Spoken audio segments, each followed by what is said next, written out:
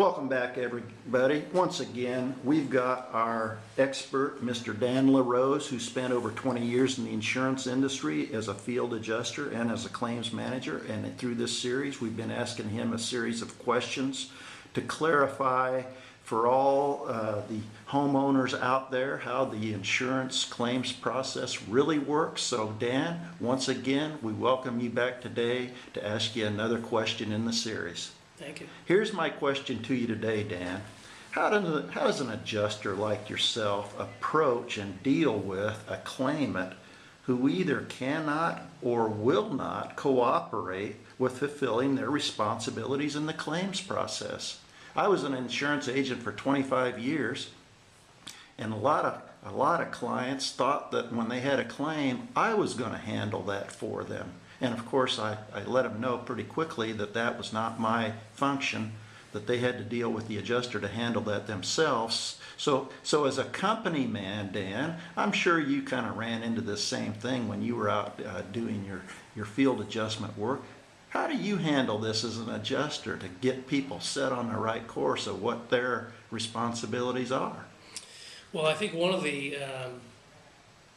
issues we all run into is that insureds, although they pay for their insurance and they know how it works to a certain extent, many people don't ever read their policy. And if you were to read the policy, there's a section called the conditions, and in the conditions section, it indicates that one of the duties of the insured after a loss is to prepare an inventory of the items that have been damaged. As you mentioned, a lot of times insureds are surprised by this. And without being antagonistic, a lot of times we will have a policy with us, and we will point out to them where it spells out that this is their responsibility.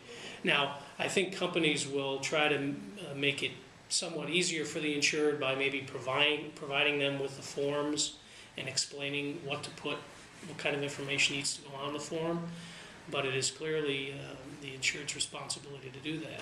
Now, I had, years ago, I had a homeowner's loss, total fire, and the insured was adamant about they were not going to be putting the inventory together. Now, as an adjuster, I decided I had one of two options. I could do nothing and wait for them to put their list together, which they indicated they wouldn't do, and felt that that might delay the claims process, or I could actually go into the home and try to put the inventory together myself, which I chose to do. It took me 3 days to complete it, and I realized that while I did a service at that point, it's truly the responsibility of the insured to put it together themselves. So, I think in hindsight, I don't know that I would have spent 3 days putting an inventory together, because it's really not my responsibility as an adjuster to do that.